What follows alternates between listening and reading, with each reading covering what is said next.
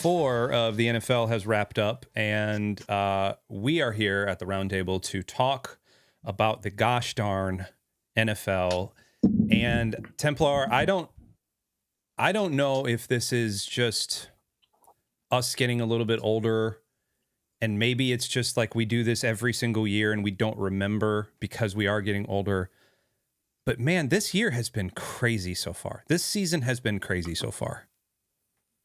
It's been wild. I have no idea what to make of this NFL season. I was thinking the same thing. Like, is every year like this, and it just we forget from one year to the next, or is this year actually particularly crazy? Because it does seem like it. It seems like this year is kind of particularly wild in terms of what's going on. It seems like, in like D&D or a game like Left 4 Dead or something where they have the game master behind the scenes and, you're turning up like the chaos meter to like 10. It feels like they're turning the chaos meter up because there's just like every game has a story to it. Even like the Texans and the Titans had a story to it, like just the most boring, just stupid games. And this is what the NFL wants, of course. Like they want to keep it top of mind. They want 18 weeks of just sheer, like grip it and rip it. They want playoffs that just have all the stories.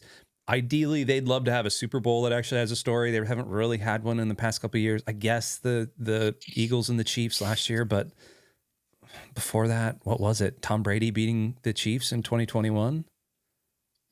The Chiefs Super Bowls, there hasn't been a lot. Like this past year was, will the Chiefs three-peat, right? Like that was that was like the question, which like everyone who's not a Chiefs fan doesn't want to see and doesn't care about. So like that wasn't like an interesting narrative, I think, for most in the NFL. But that was, I think, the narrative of like, will the Chiefs be the first ones to three-peat when no one's ever done that before? And no, they were not. Spoiler: if you didn't see the Super Bowl back in February, no, in resounding fashion, no.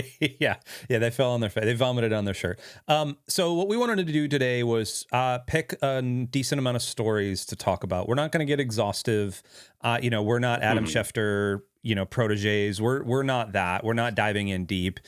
We kind of wanted to talk about some of the most, shocking, most surprising things. And this is going to be in no particular order either, because I think I have a list of 1, 2, 3, 4, 5. I have like a list of like 10 things. We're probably not going to go through all of them, but some of them happened like this very last week, and then some of them happened like week 1. And Templar, I'm sure you have a bunch of stories. So if you don't mind, let's just start out with the fact that that Jaxson Dart is the rookie of the century. And he just came out of nowhere. Just little old Jaxson Dart benched Russell Wilson by himself, went out and absolutely handed it to the Chargers and like looked like an actual grown-up football player on Sunday. I mean, I guess so. Like it was. I mean, like he was like, I don't know about hand it. They ran the ball like 45 times or something in that game. So like I don't know, man. Like I'm not gonna go that far. The closest comparison, I heard someone continue to like keep making this comparison that Jaxson Dart is like a modern day Tim Tebow. That like he's not as an insult, but just as like. This is a very different style of offense. Like he's going to run with it. The passing game is kind of limited.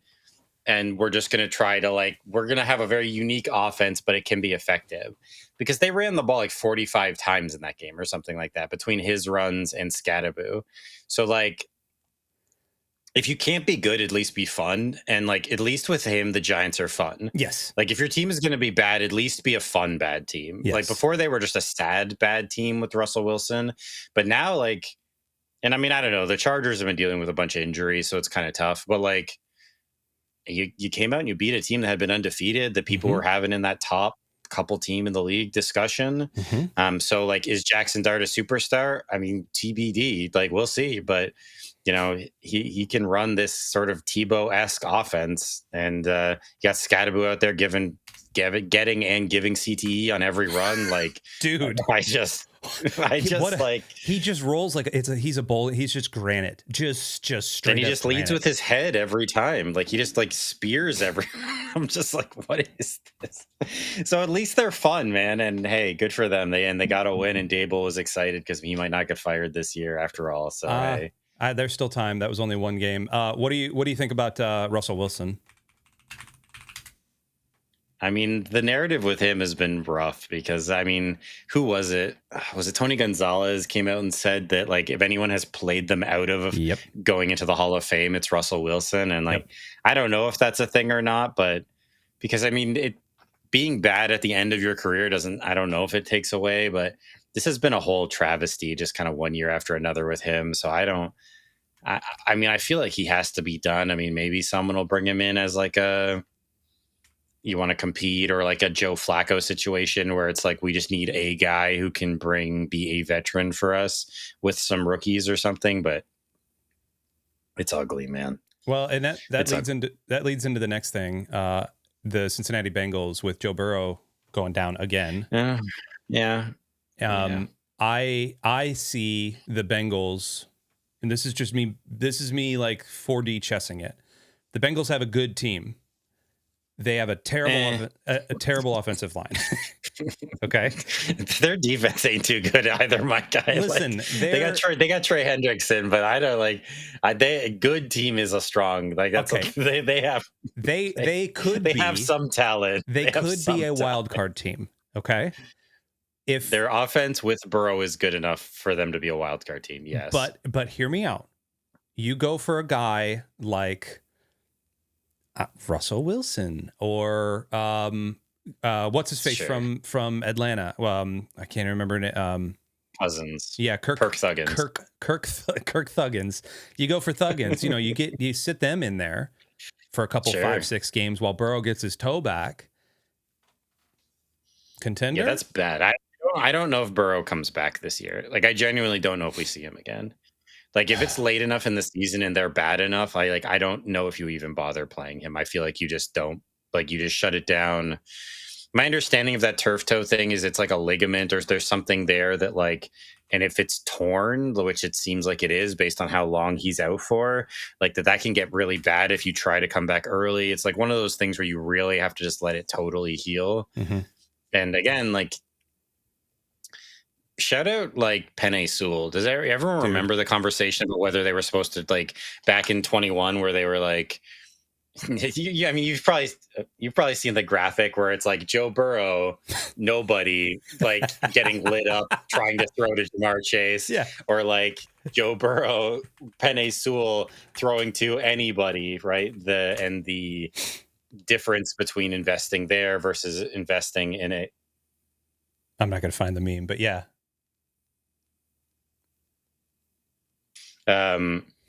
And that decision, and obviously Chase has been great there, so it's sort of like tongue in cheek a little bit, but like it's the same problem. It's like you have Joe Burrow behind this like nobodies of offensive line, and it's great that you have Jamar Chase, but if he's dead every play, like what difference does it make? Like, I don't know, man. This is like, I was watching something yesterday that was about how Ryan Grigson ruined Andrew Luck's career because he never built an offensive line for him, and like he just got so beat up that at some point he just called it.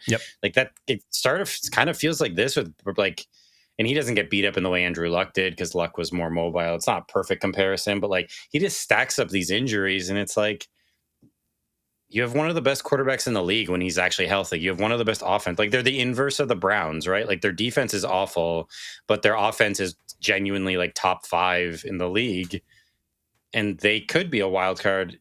Yeah, it's this. Exactly. Burrow and Sewell, anyone can catch a pass, but with nobody blocking for you, it's great that you have Jamar Chase. But if you're dead, like, it doesn't matter. Like, it's so good. This was what I've been thinking about. So I don't know, man. But yeah, the bringing in someone like Russell Wilson or Cousins, the Bengals will never bring in Cousins because owners of the Bengals are so cheap. That's true. They would never pay Kirk Cousins' deal. And I don't know what Wilson's is. Maybe it's cheaper and they bring him in, but it's not a bad idea of bringing in like a bridge, like sort of mid-level guy like that to just fill in, because it's definitely going to be better than whatever you're getting out of whatever his name is, the backup. I don't remember right now. He's having a rough go. He's having a rough go of it, though. Backup quarterback is Jake Browning. Browning, yeah. Yeah, So, yeah, I mean, if you're going to bring in a guy, though, let's bring him in after this week of football. Let's play the game this week. Yep. Let's leave Browning in for the game against the Lions. And then Yes. after that, if you want to bring in someone semi-competent, by all means. Yes, absolutely. All right, what about a story from your neck of the woods? What have you found interesting so far? This season, I just don't know, man. Like, I've just been thinking about like I don't even know what to pin down because the season's been so weird. Like, I were just thinking back to our predictions, and like I was pretty high on the Texans, and like we had our questions about them, but then they're just like they come out and I mean they finally beat the freaking hapless Titans here, Yep. but like they were 0-3, looking awful. Like, and I thought, I knew the offensive line had its issues, and but I thought like defensively, you got two great pass rushers, you got a couple of really good corners, one elite corner. I thought you'd at least look decent, and you've got some offensive weapons. I mean, you've got I don't know if Tank Dell is still alive or not, but like because he's another guy who's just like constantly injured because he's 130 pounds wet and like whatever. But with Nico Collins and I think old man from the Browns, why am I blanking on his names, is still there, right? Or not from the Browns, from the Bills, that left the Bills. Yeah. Where the heck is he? Christian Kirk. No, not Christian Kirk. He was the receiver. He was the receiver from the Bills. He was with the Bills for a while. I'm blanking on his name right now. He got hurt. No, he's a bigger name. Yeah, he did an interview this past week where he was like, they were like, how are you with the offense? Like, how comfortable are you with the offense? And he's like 5 out of 10 or something like that. Or is he not there anymore? I thought he was. I have Houston pulled up, not the Titans, but Nico Collins? No, not Nico. No, not Nico. He got traded there last year. He went from the Bills to the Texans, and I'm just blanking on his name. It's fine. Doesn't matter. But anyway, my point is I just thought they had enough weapons to be decent. Diggs, yeah. He's not there anymore. I think... Oh, did he leave? Yeah, he is. Literally just gave an interview. I thought he literally just gave an interview that he was... Anyway, my point is I thought they had a...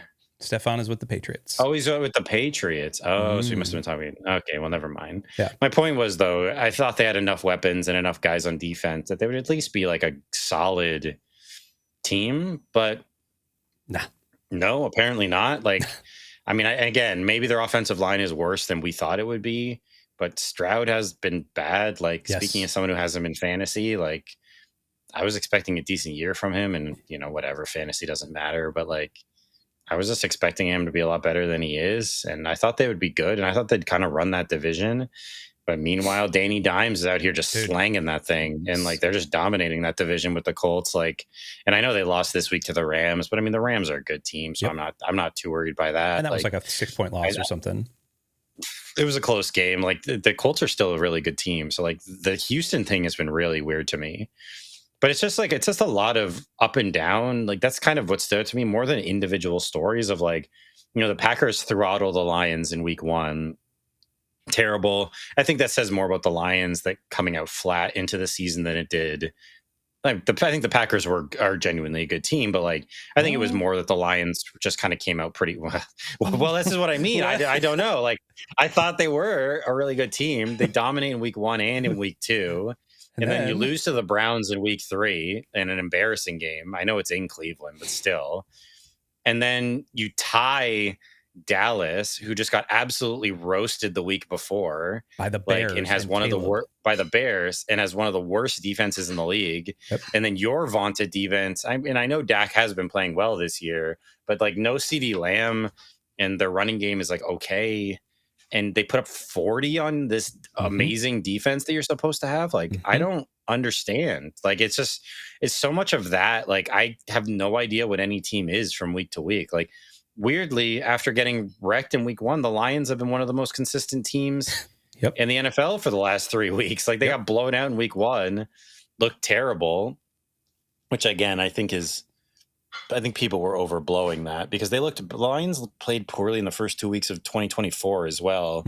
They just won in week 1 because the Rams had a million injuries on their offensive line that game. Doesn't matter. But like the Lions coming out flat in week 1, I think wasn't that shocking. And they've actually been pretty consistent like the last 3 weeks. They've looked good.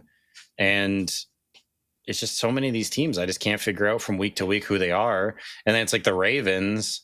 Oh. You know, the Lions beat up on the Bears in week 2, but it's like, okay, it's the Bears though. And then you go to Baltimore and like you play really well, beat them down. Really, I mean, that game wasn't as close as the score indicated. Mm-mm. Like it was really more of a 38-24 game. Like they got that touchdown at the very end there.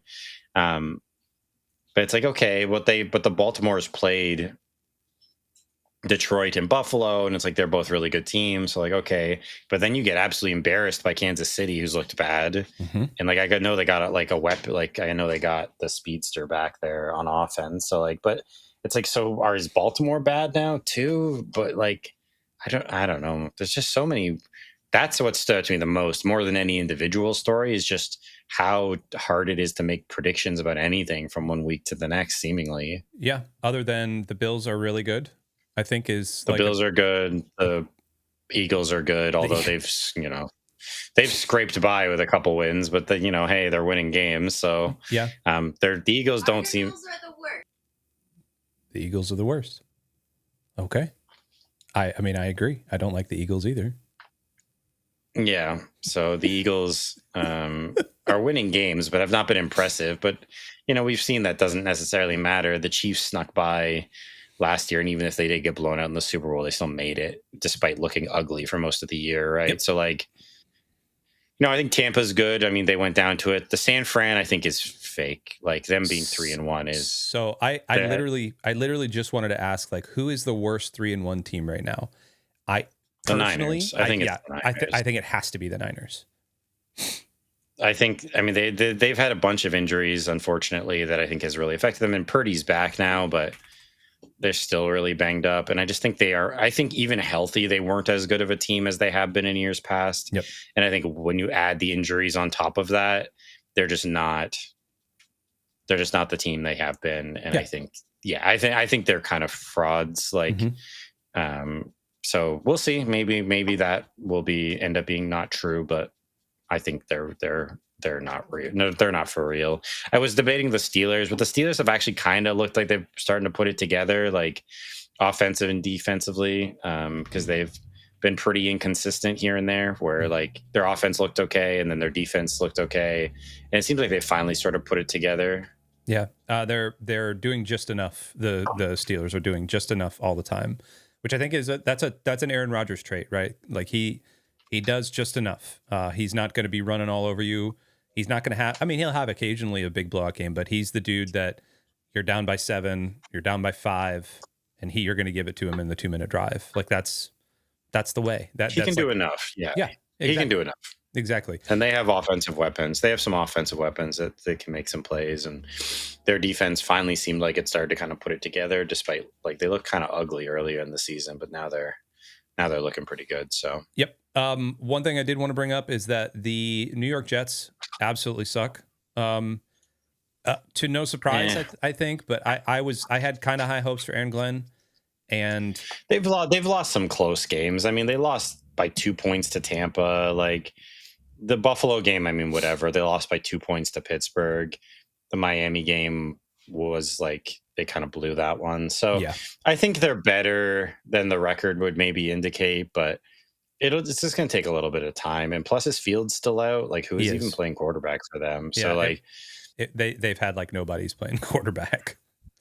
So I mean, they're obviously not very good. I do still have some faith in Aaron Glenn that he'll get them turned around, because that's a couple of close games to some decent teams that they've lost. So I think they'll hang around. Maybe not this year. I just hope they give him enough time to actually like maybe build something there and maybe bring in their own quarterback. Like them being really bad this year might be good for them if they can get somebody. Sure. Like I don't know who's coming out in the draft. I don't know if this is a good year for quarterbacks. I don't think it is actually, but maybe they can find someone that they like more, or maybe they have faith in Justin Fields and it's just a matter of him coming back. So yeah. However, the Jets are nowhere near as bad as the Tennessee Titans, and I did not anticipate the Titans being this bad. I thought they were going to be decently bad, but not this bad. Yeah, I didn't. I thought they'd be bad. I don't remember where I predicted them to finish. I think it was maybe last, but not like this. Nope. Like not like this. Like Nope. insert the Matrix meme here of like not like this. Like this has been ugly, man. Like this has been ugly, man. Like put Cam Ward in that's a choice. And he despite, I mean, when you put up 0 points, it's hard to say, but like he's played okay in some of these games and their team is just awful. Yes. Like he hasn't played great. I'm not trying to throw out some hot take that he's been awesome or anything, but like in some of these games, he's been okay. And the team is so bereft of talent. Yep. And I didn't think they were. I thought their defense was okay. They had a couple pass rushers, a couple guys there that could do something. Apparently not. It's apparently sell time in Tennessee and just try to rebuild and bring in some guys and but that you can't get shut out like this. You right. can't put up 0 points against the Texans of all teams who've looked awful this year themselves. Yep. That's the Texans' first win and they got it against you and you scored 0 points on them. Yep. What are we doing here? Yep. The also shout out to Kevin Zeitler. You left Detroit to go to Tennessee. Good for you, my guy. Yeah. How's that working out? One other thing I did want to point out was Caleb Williams is finally starting to find his groove. I know it's only 2 games. That I watched, though, I don't know what to make of that against the the Raiders. Well, that's right. Oh man. Well, I feel so bad for Max Crosby. Max Crosby was playing out of his freaking mind in that game. Yeah. And that it just got thrown away because Geno's thrown 7 interceptions or something so far this year. Yeah. Geno. But again, I don't know what to make of that. I don't know what to make of it because the Bears have looked good, but then it's but the Cowboys are bad. But then the Cowboys tie the Packers and it's well, so are the Packers good or bad? So are the Cowboys better than we thought, or are they still bad or not? Or is it just their defense is horrible and Dak has just kind of done enough? I think it's maybe that, but I don't know. This is what I mean. I don't know what to make about anything. It's so are the Bears actually okay? I hate to say this, but I have a soft spot, not for the Bears, but for Ben Johnson. Again, Lions guy, Aaron Glenn, Ben Johnson going and doing things. I cannot stand the Bears as an organization just because I just can't. I just there's a Detroit Lions person in me that cannot. But I do like Ben Johnson, sure. And I would like to see him turn it around. And boy, I watched that Dallas game live, and I was fist pumping, man. Caleb turned it on, and man, he looked good. And at that point, I went, "Oh, do we have a player here? Is this a Ben Johnson thing, or is this just a luck of the draw?" Now against Vegas, sure, that's Geno's fault. Look at their schedule. I mean, they might do all right. Look at that schedule of games they've got coming up. Washington, who Daniels is still out, right? Yep. So that's a win. Yep. New Orleans is a bye week, basically. I mean, that's rude. They've been playing teams tougher than Tennessee, at least anyway, although that's an incredibly low bar. New Orleans is terrible. But they're bad. Baltimore, I have no idea. I'll give that one to Baltimore. It depends on if Lamar's back or not. That's true. If this hamstring is anything, then they're absolutely up the creek. So they're in real trouble. I want to talk about that because I saw this picture, Lamar Jackson hamstring sideline, and show me the picture, please, where it was just that right there. What is that? That's your hamstring injury. That's how you're rehabbing it. It's a towel wrapped in another towel, wrapped in a headband. That's how he's healing his hamstring injury. What are we doing here? I think he pulled himself out of the game. Just knowing what I know and seeing what I've seen over the last couple of years, Lamar tends to be a little bit of a crybaby. We'll see. But I was watching this game going oh man, don't do this to yourself, man. At least get out there and fight. It was just too ugly, so he just benched himself essentially and sort of faked an injury. Yep. That's why there's no injury update. We're recording this on a Tuesday afternoon. Injury updates come out that Monday morning. There's been nothing about this. I think that I think he's just going to milk this a little bit. It's like I watch a lot of soccer. It's when soccer players get hit in the face and like it legitimately probably hurts a little bit, but they go down like they were shot and then they get up like 5 seconds later, like everything's fine. I think that's what this is, man. That's a bad look. If that's what this is, that's a bad look. But look at that. Like, what is that? That is. I mean, it was bad. They got beat down by the Chiefs. The stat pad man is pretty good. That's a good. The first comment, that man ain't hurt. So I mean, you're clearly not the only one who maybe thinks that there's something a little questionable here. Yeah. But I didn't watch the game, so I didn't see this. So I didn't. This is the hamstring injury equivalent of putting the thermometer underneath the heat of a lamp before your mom comes in to take your temperature so that you don't have to go to school. That's a great comment. That's a great comment. Awesome. Oh, anyway, they go Ravens. I don't know. The Ravens have shocked me too. They've been awful, and I don't know what to make of them. Like they should have been good, and they have been. I don't know why I pulled up my fantasy team, but they should have been good, and they were just absolute trash. Yeah, I don't know what to make of them either. I mean, it was like the Lions, I think, are good, and they lost to the Lions and the Bills. And it's like, okay, well, it was the Lions and the Bills. Like, you know, maybe they just lost to some good teams. But then you get blown out by Kansas City, and like I kind of thought KC would probably win, but you know they've looked ugly, and this Ravens defense is bad. Like, yes, it's bad. Yes, and even their offense, like Lamar's had good stat lines. Like even against the Lions, he had good stat lines, but like just it's weird. It's for how talented that team is. That people were talking about coming into the season, they probably had the best roster in the NFL. Mm-hmm. I think we even did in our preview show. Like.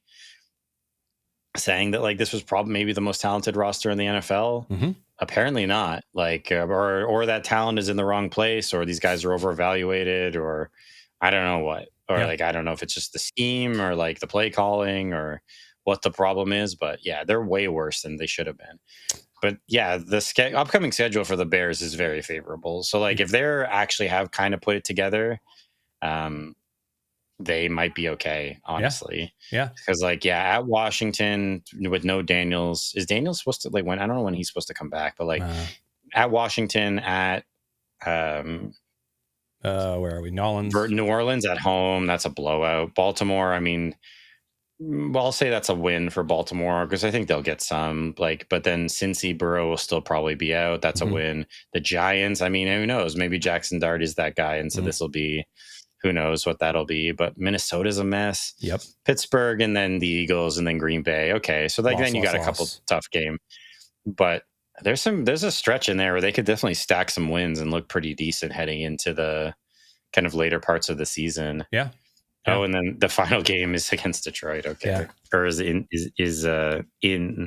Chicago. It's in Chicago. Yeah. Detroit at Chicago. So, okay. Oof. And that'll be in the first of the year. Snow on the ground, the frozen. That'll be a cold weather game for Detroit. Yeah. Outdoor cold weather game. Two more stories I wanted to talk about real quick. Number one, comeback player of the year is up right now for Dak Prescott versus Baker Mayfield. What are your thoughts on that? I think it's true. Like that's the talk right now. Dak, I think, is Baker Mayfield. What? Baker was good. Baker was good last year. What do we mean comeback player of the year? Listen, I'm inserting him into the conversation. Okay, leave me alone. Anytime I can put Baker in anything. Baker's been balling. Baker's playing great. Yeah, outside of last week with where a blocked kick, literally. A blocked punt was the only reason. It's the year of blocked punts and blocked kicks, though. So apparently that's just a reliable play at this point, blocking kicks and punts, because it's happening enough. That's for sure. Why is that? Like, I haven't seen any reason why there have been so many block kicks this year. I haven't heard a good explanation for it about what, like, if it's something with blocking or if it's something with the way that like these defenses are like attacking the kicking teams or something. I don't know what the explanation is for it, but it's been wild for that. Yeah. I mean, the Eagles only beat the Rams because of that, like a blocked, and then they brought it back for a touchdown. Mm-hmm. So like there's been a number of games that have swung on those types of plays, which is not like it happens. I mean, it happened last year. Like I remember the Broncos were going to beat the Chiefs and then the Chiefs blocked a kick and they stayed undefeated. And like there, it happens, but there's been so much this year. I have no idea why it's so much. But yeah, the Bucks have been good. I mean, the Bucks just like, I don't know if like squeaking by wins on final drives every game is a real strategy, but like it's been working. It worked up until the Eagles game. So yeah, and it would have kept working if not for that block kick. That was one thing I wanted to talk about. And then the other thing was just the amount of big injuries this year. I mean, Malik Neighbors and Tyreek Hill going down are just like it's just Hill. I didn't even hear about the Hill injury. Yeah, Tyreek Hill, I think ACL, I want to say. Tyreek Hill. Dislocated knee. That's what tore ACL. There it is, right there. Yeah. Which okay. Stinks. And man. other ligaments too. Yeah, and he's not as young as he was. Like he's in his 30s, right? So, and when your game is speed, that's tough. Yep. So, yeah, him, Neighbors. I mean, people are really complaining about the turf at MetLife. I've heard about that. I guess apparently there's issues with the turf there. Burrow. Yeah, there's been like Jaden Daniels. There's been a number of big ones. I mean, that just happens. I mean, you look at the Lions last year, right? I mean, they had like 13 guys on IR from the defense or something. So those things can happen. I don't know if there's anything. It's just always kind of a bit of a dice roll about who's going to get hurt and who's not. Yeah, it feels like ever since the beginning of the season, who went down in like the first couple of plays of the season, injury, major. Oh, that's not what I wanted. Major NFL injuries, injury status, IR. Oh, I don't want to look through all that. That's awful. That is absolutely awful. Ricky Pearsall, was it Ricky Pearsall going down? No, that was this year or this week. He got shot last year, so shut up him. Remember that one? He got shot before he ever played. What the heck? That's like he did. Holy crap. That was out of freaking nowhere. Yes, I remember that. Oh, Templar, that was really good. Oh my gosh, dude. That came out of nowhere. Anyway, yeah, I remember that. That was he was on IR the whole year because of that. Anyway, there's been a lot of major injuries, and it feels like this year they've been stacking a little bit. I don't know. That's just me. What else? What other stories have caught you up this year? I don't know how much like specific stuff I have. Again, it's like it's more just been how unpredictable, like, and how wild the performances have been. I mean, there's drama going on, like AJ Brown, like the freaking Eagles, man. Like AJ Brown gets no targets and no receptions or whatever. Man. They don't throw the ball at all, I think, in the second half or something. Man, and he's on my fantasy team, and then he posts some cryptic tweet and like he's being all like, when they ignore you, just like shrug your shoulders. It's like, you're making a scene, man. Like, I don't know what you think you're doing, but like, you can't post a tweet about how you're being quiet. Like, cause you're literally not being quiet by posting a tweet about you complaining. True. Like you can't, that doesn't work that way. Like you're literally being vocal, loudly complaining on Twitter about you not getting the ball. Yeah. So you can't post something saying that you're just taking it and bearing it when you're not, because you're like complaining online on social media about it. Like, what are we doing here? Yeah. So this is my fantasy team. And so I had Patty Mahomes. I've started Pat Mahomes 3 out of the 4 last weeks, and Justin Herbert's been balling. I said, okay, cool. I'm gonna take a gamble on Herbert then. 27 points for Patty Mahomes, 12.5 for Justin Herbert. Okay, I'll take the L on that. Man, AJ Brown's kind of looked pretty crappy, but I don't know, dude. They're playing Tampa. Like, they're going to need to air it out a little bit. 2.7. What the flip, man? What is going on here? Nick Chubb, I don't know, man. Like, Houston's got to turn it on. 8 points. Like, what are we doing? What the heck? What is this? Like, how does fantasy work anymore? I don't know. But yeah, so injuries from week 1. Drake London got hurt in week 1. I think he's back now. Okay. He got hurt. Zach Tom, the offensive lineman from the Packers, that was big. Brock Bowers injured his knee in week 1. Bowers. Yep. I mean, I think he is playing, but Tevin tackle, another linebacker. There was some other. Oh yeah, George Kittle had a hamstring in week 1. Right. Godwin, Bucks. Like, so yeah, there were some big ones. Yeah. Yeah, my fantasy team has largely been okay. Knock on wood, it's been all right. I mean, other than having Danny Dimes on my bench and like not wanting to play him because I didn't buy it, and now I still don't really know what to do. But it's like, because Stroud actually had a decent week, and Dak like absolutely crushed it this week. So like, putting up 40 on the Packers defense. So I don't know. It's been a wild year for the NFL, but it has. We'll be back in a couple of weeks to do another one of these where I'm sure we'll have 14 more stories. The interesting thing about the NFL, I think the NFL has done a great job in turning into a money printing machine. It's always been incredibly popular. As we've been growing up, it's been the number one sport in the United States. They're trying to do the world thing.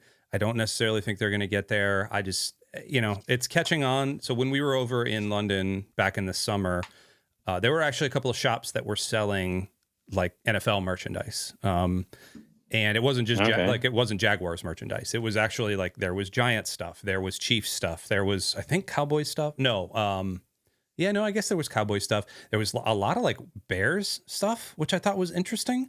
And then a lot of 49ers. And so I don't know what to make of that, other than they're trying to do the branch overseas. I don't necessarily know that it's ever going to usurp soccer. Let's just call a spade a spade.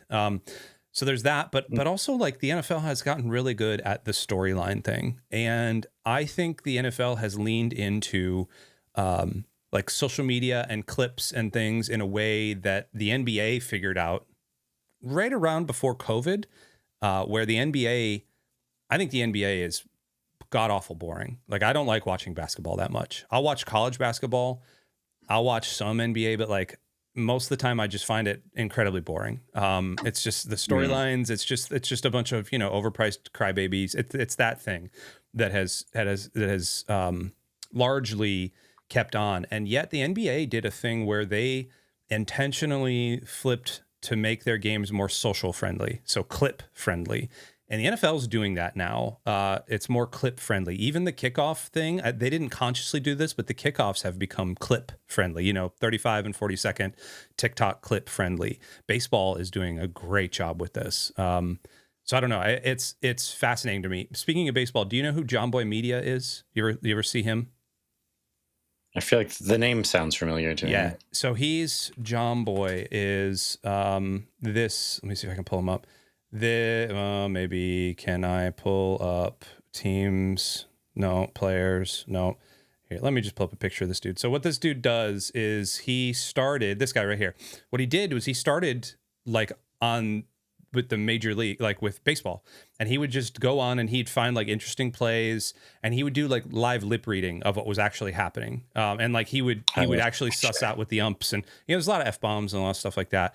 But the major league MLB actually signed him to a contract, and like he's one of their media providers now, and he was like with Barstool for a little bit too. And so like they're catching on, and I think the NFL is the last to catch on to this, but they're the strongest one. And so watch this space. I think in 6 months, come around the Super Bowl, we're going to see an all-out social media blitz from the NFL. And I think their storylines are going to be even more popular. I realize I didn't even show you who JomBoy Media was. That's JomBoy right there. Okay. Yeah. So maybe you've seen him. Highly recommended stuff. It's very, very funny. Also, now he has branched into commenting on the Little League World Series, which is very fun. And sweet. On soccer, and he does CFL and AFL too, Canadian Football League and the Arena Football League. So there you go. Speaking of CFL, do you ever watch the CFL? No, I've watched like the Grey Cup here and there. I've thrown it on when it's been on, or like watched bits and pieces, but no, not in any kind of serious way. I was at a bar a couple years ago, and they had, I think, some of the Grey Cup on. And I was like, man, this feels bad. Like it felt very weird to watch. It's weird. Yeah. 3 down starts, and it's definitely different. Yeah.